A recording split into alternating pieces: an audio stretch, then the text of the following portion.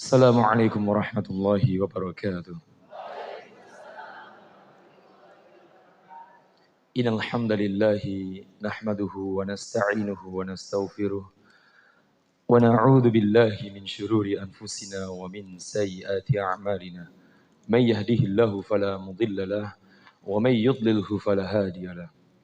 Asyhadu an la ilaha illallah wa anna Muhammadan 'abduhu wa rasuluhu la nabiyya ba'dah.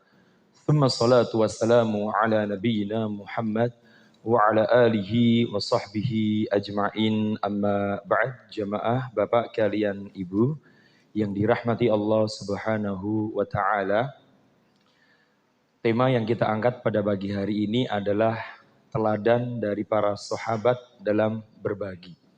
Masya Allah, satu judul yang mungkin bisa kula bika rumien dengan setunggal hadis riwayat saking Abu Hurairah radhiyallahu taala anhu wonten kitab Sahih Bukhari kalian kitab Sahih Muslim. Sebagai pembuka pada tema kita di pagi hari ini, Rasulullah SAW bersabda, sab'atun yudilluhumullahu fi dhillihi yauma la dhilla illa dhilluh. Ada 7 golongan Bapak Ibu semuanya manusia yang akan mendapatkan naungan di hari di mana tidak ada naungan kecuali naungan dari Allah Subhanahu wa taala. Niki di padang mahsyar, di hari setelah Yaumul Bi'tsah atau di hari setelah hari kebangkitan. Yang pertama yang mendapatkan naungan adalah imamun adil, seorang imam yang adil. Yang kedua adalah rajulun nasya fi ibadatillah, seorang pemuda syab, seorang pemuda yang senantiasa menghabiskan masa mudanya untuk beribadah taat kepada Allah Subhanahu wa taala. Ini semua masuk ke dalam tahap menapa kalau putra putri panjenengan hari ini mereka hidup disibukkan belajar agama, disekolahkan ke dalam pondok dan sebagainya, nggih. Niku yang kedua. Yang ketiga, rajulun qalbuhu mu'allaqun bil masajid. Seseorang yang hatinya tertambat kepada masjid. Maka siapapun orang yang hatinya selalu merasa kangen, selalu merasa ingin dekat dengan masjid, maka dia akan mendapatkan naungan di padang mahsyar. Yang keempat adalah rajulani tahabba fillahi wa tsama alaihi wa tafarraqa alaihi. Dua orang yang saling mencintai karena sebab Allah Subhanahu wa taala. Berjumpa karena Allah, berpisah nggih karena Allah. Mila niki semua adalah persaudaraan di dalam ukhuwah Islamiyah. Seperti panjenengan di pagi hari ini, panjenengan tidak akan mungkin berjumpa di Rumah Putih ini kecuali karena Allah. Panjenengan kondur juga karena Allah. Semuanya karena majelis ilmu.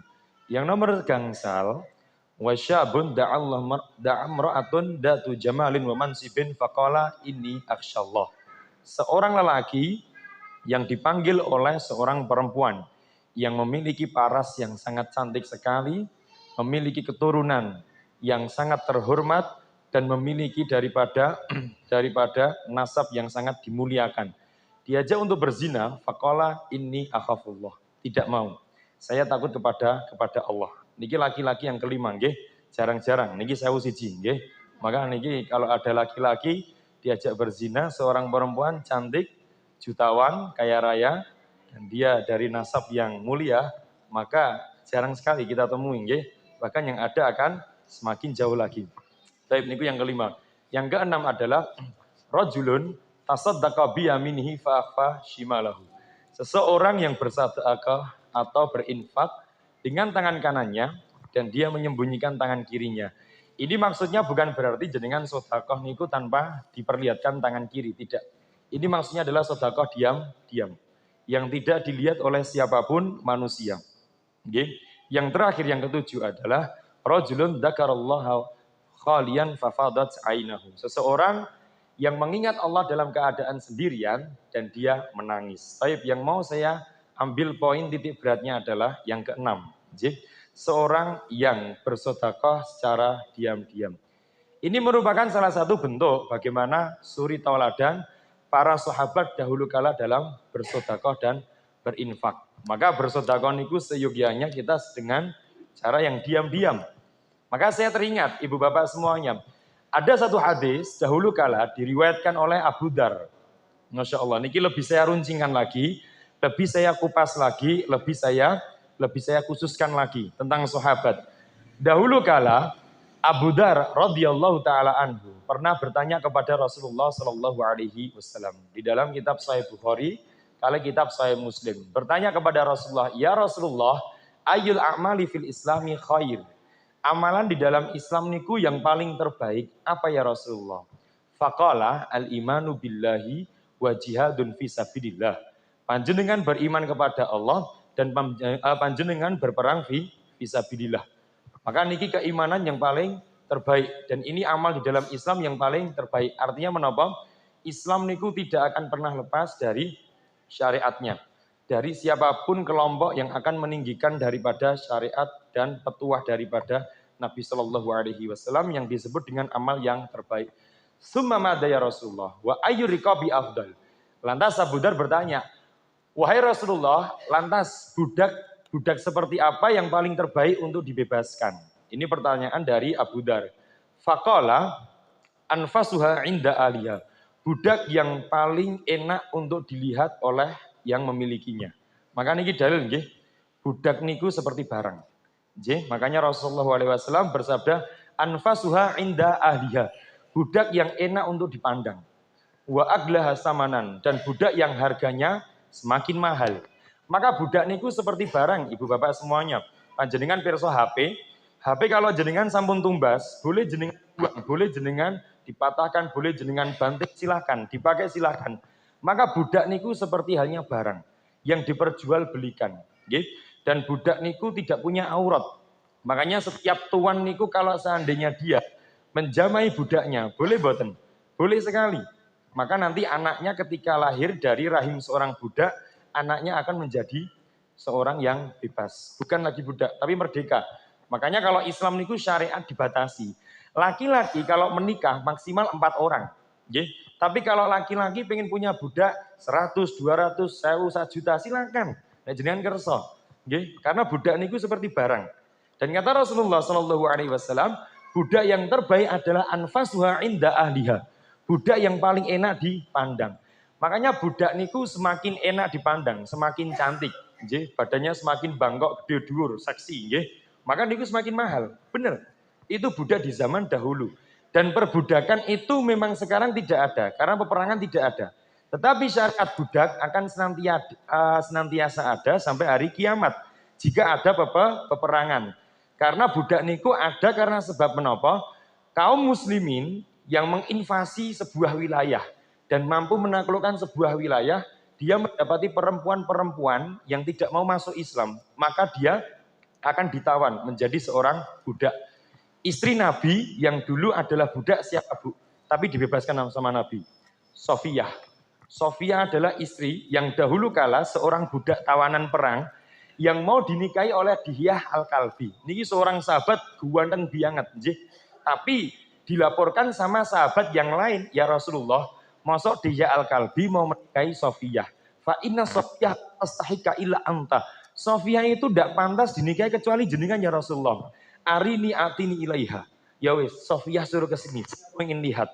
Akhirnya Nabi melihat Sofiyah dari ujung kepala sampai bawah. Lah kok jebule ayu, nggih. Akhirnya Dihyah Al-Kalbi dipanggil, iltamis imra'atan ghairu hadhi. Hei Dihyah, kamu cari perempuan selain Sofiyah, mau tak nikahi sendiri. Nah, niki dalil nggih. Jika seorang murid bermusyawarah kepada ustadz tentang masalah bojo.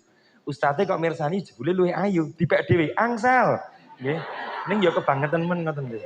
Sebetulnya boleh, nggih. Mila jenengan nek mau menikah rasa tarin ustate, nggih. Wedi mengko malah dipak dhewe jenengan, nggih. Maka niki dalil bahwasanya Sofiyah itu dulu adalah seorang tawanan perang. Maka kembali lagi bahwasanya budak yang paling mahal adalah budak yang paling enak untuk dipandang dan yang paling mahal harganya. Kembali ke hadisnya, Bapak Ibu. Ya Rasulullah, ilam af'al, wahai Rasulullah, kalau saya tidak bisa apapun dari semua yang jenengan sebutkan. Saya tidak bisa berjihad fisabilillah. Dan saya tidak mampu untuk membebaskan budak wahai Nabi. Karena Abu Dar niku sahabat yang dikenal lemah dalam beramal. Tapi ketakwanya tinggi sekali. Summa qala sonian. Apa kata Rasulullah, ibu bapak? Penting sekali, nggih. Kamu membantu orang ketika dia bekerja. Ya Rasulullah, kalau saya tidak mampu juga, katanya apa ibu bapak semuanya? Autasna'u li akhruqa.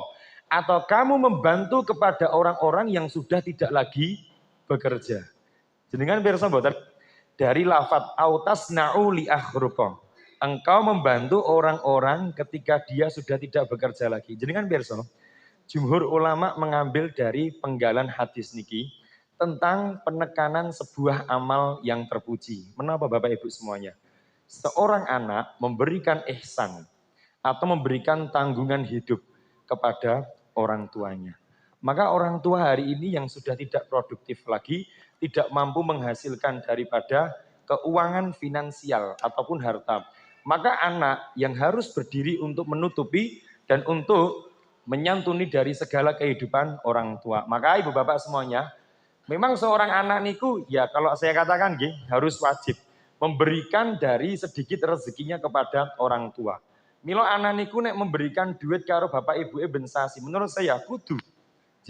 Karena meskipun orang tua niku tidak membutuhkan uang, tapi dengan adanya uang itu sebagai wujud menapa? Kasih sayang. Sebagai wujud menapa? Kepedulian seorang anak kepada orang tua.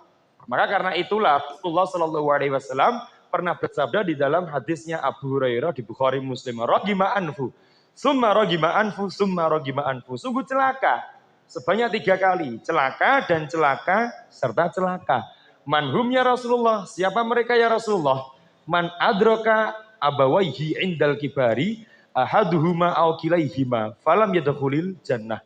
Siapapun seorang anak yang menjumpai kedua orang tuanya dari keduanya dalam keadaan usianya sudah tua dan renta, tapi tidak bisa masuk ke dalam surga. Jenengan pirsa, berarti niki dalil menapa? Anak niku kalau merawat orang tuanya, ganjaran pahalanya adalah surga. Maka siapapun yang hari ini hidup dan dia merawat orang tua, mencintai, mengasihi orang tua, apapun wujud yang telah dia lakukan, maka itu adalah surga bagi dirinya. Maka anak niku kalau sampai tidak tahu hadis yang disampaikan Rasulullah di riwayatnya Abu Hurairah, musibah loh Bu, Pak. Niku bom waktu. Karena anak niku jika tidak tahu tentang apa haknya seorang anak kepada orang tua, akan menjadi bom waktu sendiri bagi orang tua. Maka pentingnya seorang anak niku diberikan ilmu agama. Ilmu agama niku komponen yang sangat penting sekali. Makanya banyak sekali hari ini anak itu yang jauh dari ilmu agama dan kurang ajar sama orang tuanya. Bayangkan Bu, orang tua, bapak dan ibu, 2 orang membesarkan merawat 10 anaknya sampai besar dan sukses, mampu dan bisa. Tapi 10 anak belum tentu mampu untuk merawat kedua atau satu dari orang tuanya. Beda. 2 orang tua jika dia merawat anaknya, ketika dia menimang-nimang muga-muga sok gede dadi wong apik, gampang golek duit, mboten enten ngundang muga-muga dadi maling sing cong, mboten enten, nggih. Tidak ada. Yang ada itu semua lafaz timangannya adalah doa. Muga-muga sok ben dadi wong sing slamet, nggih. Mila jenenge anake slamet. Mila nek maringi asma kepada putra-putri doa. Jenenge mawon, sluman-slumun slamet bejo selalu. Apik niku, nggih. Maka niki keren. Maka niki salah satu bukti orang tua jika mengasuh anaknya dia dengan doa. Tapi berbeda dengan seorang anak yang mengasuh orang tuanya ketika sudah di usia senja. Moga-moga dan cepat mati. Nggih, saya ada atau tidak Bu? Ada. Banyak. Kapan mati nih? Napa mulai bapak ibune ninggalke sertifikat lemai pitunggon pitung patok. Masya Allah. Nggih. Gek ngoten ajeng keterak dalan tol Solo Jogja meneh, Masya Allah nggih. Panen duit muga-muga ndang mati racun wae apa piye nggih. Mila terkadang anak niku kalau tidak kenal ilmu agama semacam ini. Makanya orang tua memandikan anak tertawa. Tapi seorang anak memandikan orang tua menangis. Nggih, menangis. Maka anak yang bisa menjiwai dari kasih sayang orang tua, anak niku misal memandikan orang tuanya, menangis loh. Kenapa? Orang tua yang dimandikan anak pasti dalam usia senja. Melihat dari matanya sebuah bentuk pengorbanan hidup. Sebuah bentuk daripada pengorbanan nyawa, usia umurnya. sudah tua, rapuh, renta, senja. Anak akan menangis jika memiliki sebuah keimanan. Tapi orang tua yang memandikan anaknya akan tertawa. Anak kecil niku nggih bayi. 1 tahun, 2 tahun, 3 tahun. Niku pipis baik, lucu banget kok. Nggih. Bayi niku nggih, anak saya umurnya 1 tahun. Mawon, lucu banget. Sampai kula cekel, kula mek-mek ngeten niki nggih. Jebule padha kuning nggih. Lucu.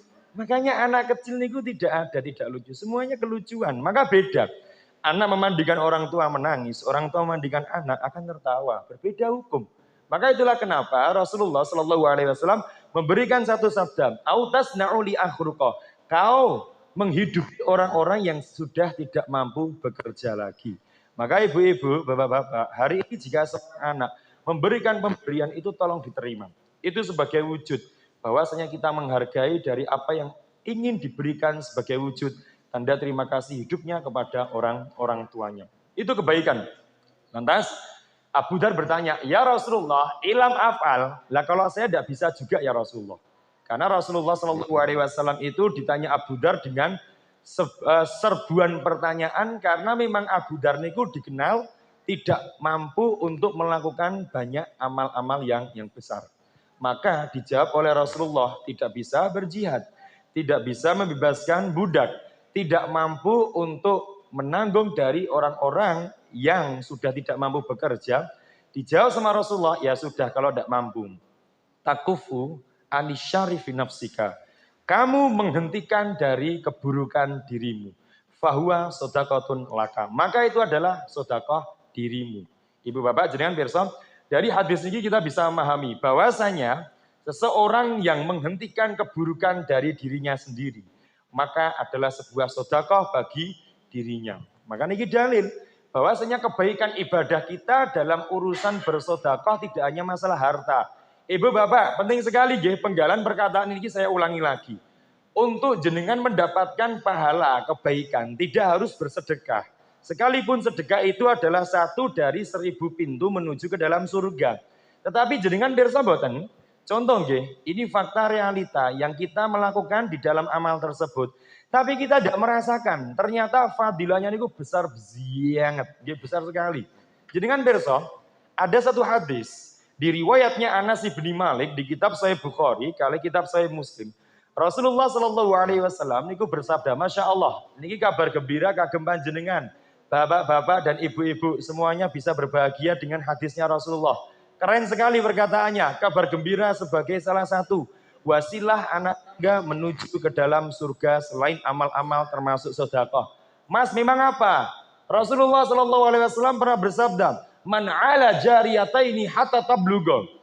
Siapapun seorang orang tua yang mengasuh, merawat 2 anak perempuannya sampai dia balik. Kata Rasulullah SAW menapa?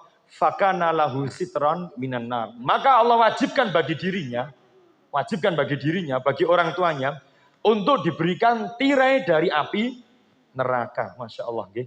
Bu, jenengan pirsa Pak, hadisnya niku ringkas sekali. Siapapun orang tua yang mengasuh merawat anak kedua putrinya, sampai dia usia balik. Baliknya perempuan niku pripun toh? Haid. Makanya kalau jenengan kagungan anak putri 2, sampun haid walhamdulillah, surga. Ngoten nggih. Surga walhamdulillah. Wah, bari kita nggih sakake-akeh ya ampun. Dume terus anake pun nggih balik. Mboten berarti ini dalil Rasulullah mengkhususkan anak perempuan dengan 1000 kebaikan. Maka Bapak Ibu yang hari ini memiliki 2 anak putri, sabarlah jenengan mengasuhnya. Sabarlah jenengan dalam merawatnya. 2 anak putri saja, jika seandainya jenengan rawat sampai di usia balik haid, maka jenengan diberikan hijab dari api neraka. Bahkan di riwayatnya Aisyah di Bukhari dan di kitab Sahih Muslim, Rasulullah Shallallahu Alaihi Wasallam dahulu pernah ditanya tentang sebuah kejadian. Bu, yang pertama kalau wau niku riwayatnya Anas di Bukhari Muslim. Maka pengajian niku kalau tidak ada papan tulis niku otak niku bingung nggih, ajeng ngolah dalil. Maka kalau bisa ada papan tulis niku penak banget. Oh enten, langsung dipundhut nggih. Alhamdulillah nggih. Alhamdulillah. Maka ini penting sekali. Karena memang ilmu niku ibu bapak. Jenengan kalau memang ingin maksimal dalam mencari ilmu. Pertama, berangkat ke dalam majelis ilmu harus membawa buku dan mencatat. Nah jenengan kalau tidak membawa buku, tidak mencatat, ilmu niku hanya didengar saja.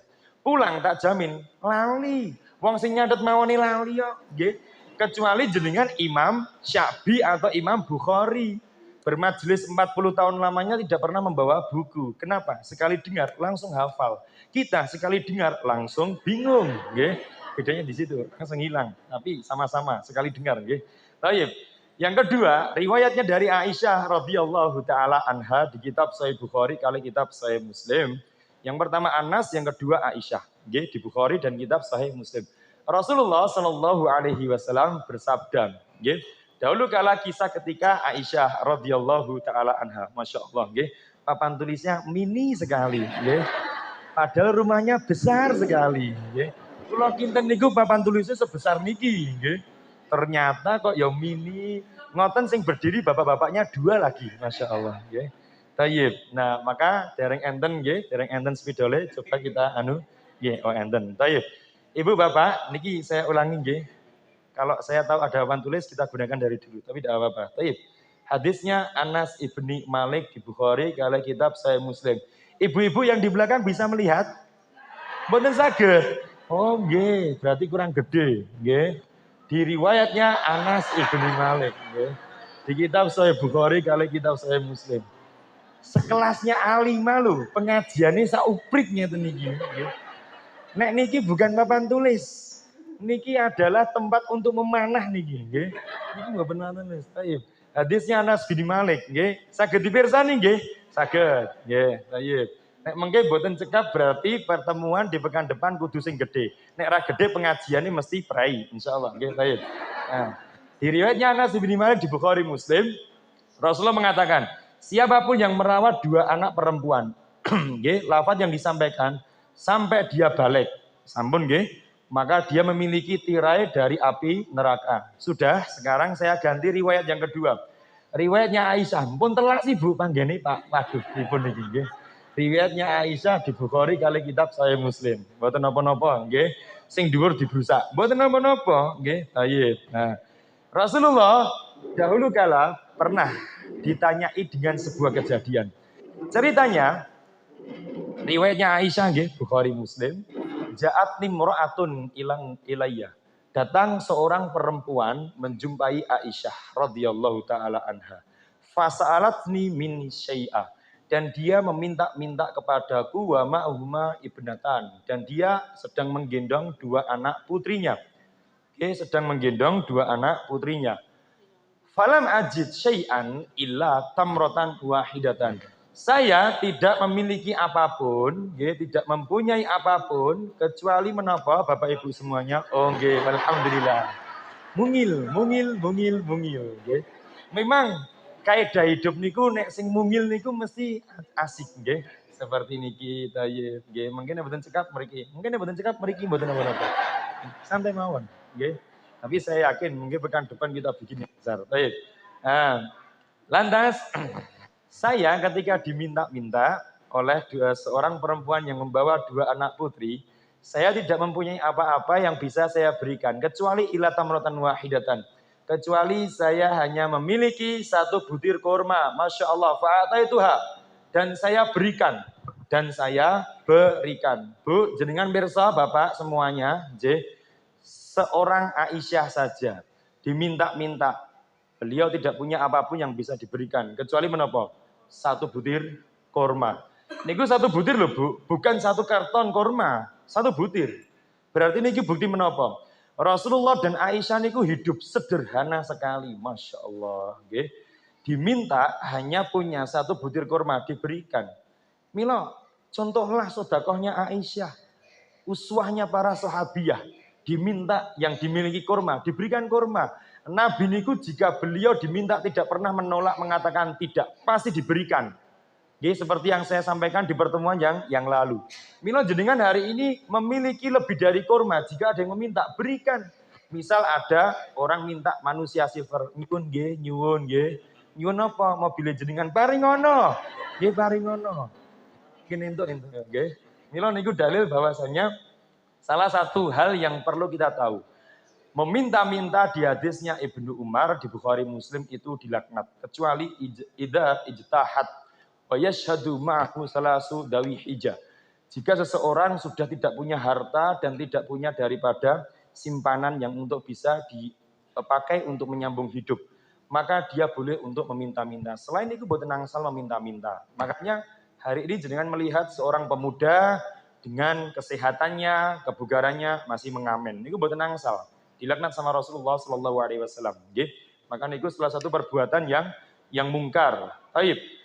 Lantas saya hanya memiliki satu butir kurma saja. Fasyaqahuma nisfaini.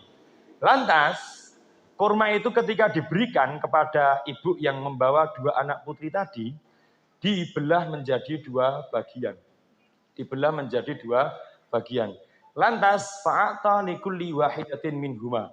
Diberikan separuh bagiannya kepada masing-masing anak. Ibunya tidak makan dan belum sempat untuk memakan. Lantas falaman sorofat ketika perempuan itu sudah pergi, dakartulin Nabi Shallallahu Alaihi Wasallam. Saya ceritakan kepada beliau Nabi Shallallahu Alaihi Wasallam. Sumakola ayyuma muslimin kata Rasulullah Shallallahu Alaihi Wasallam. Beliau mengomentari dari kejadian ini, siapapun seorang muslim ubtulia yang dia diberikan ujian bi ibnataini dengan dua anak perempuan putri loh syaratnya loh tak bunderi rien fa'asanahin ilaihinna dan dia berbuat baik kepada anak-anaknya dalam mengasuh, dalam mencintai, mengkasih sayangi. Aujabahallahu lahul jannah wa harrama alaihin nar. Masya Allah Bapak Ibu semuanya. Maka Allah telah wajibkan atas orang tua tersebut dengan surga. Dan Allah haramkan atas orang tua tersebut dari api neraka. Masya Allah. Ini di Bukhari Muslim. Aisyah Bukhari Muslim. Berarti dalil. Siapapun orang tua yang memiliki anak hari ini, dua putri. Sabarlah dalam mengasuh sampai balik. Oke? Milo ketika putri jenengan sudah mulai beranjak dewasa 12-13 tahun, tanggal dek balik dereng wis si jenengan tumbuh. Dek wis balik wis alhamdulillah surga, nggih. Alhamdulillah kebaikan. Kenapa? Dua anak putri niku bersyarat untuk surga dan diharamkan neraka di kondisi yang khusus. Jika jenengan merawatnya dengan baik, maka ini syarat. Tapi niki hanya ada tempundi Bapak Ibu semuanya. Anak putri tok, nek anak putra ora ana dalile. Nggih. Mila jenengan dinten niki sing duwe anak 5 lanang kabeh bendina babuk-babuk padu ning omah nggih. Niku tidak ada dalil pengkhususan. Ingat nggih, wah, anak wedok loro dijamin mlebu surga.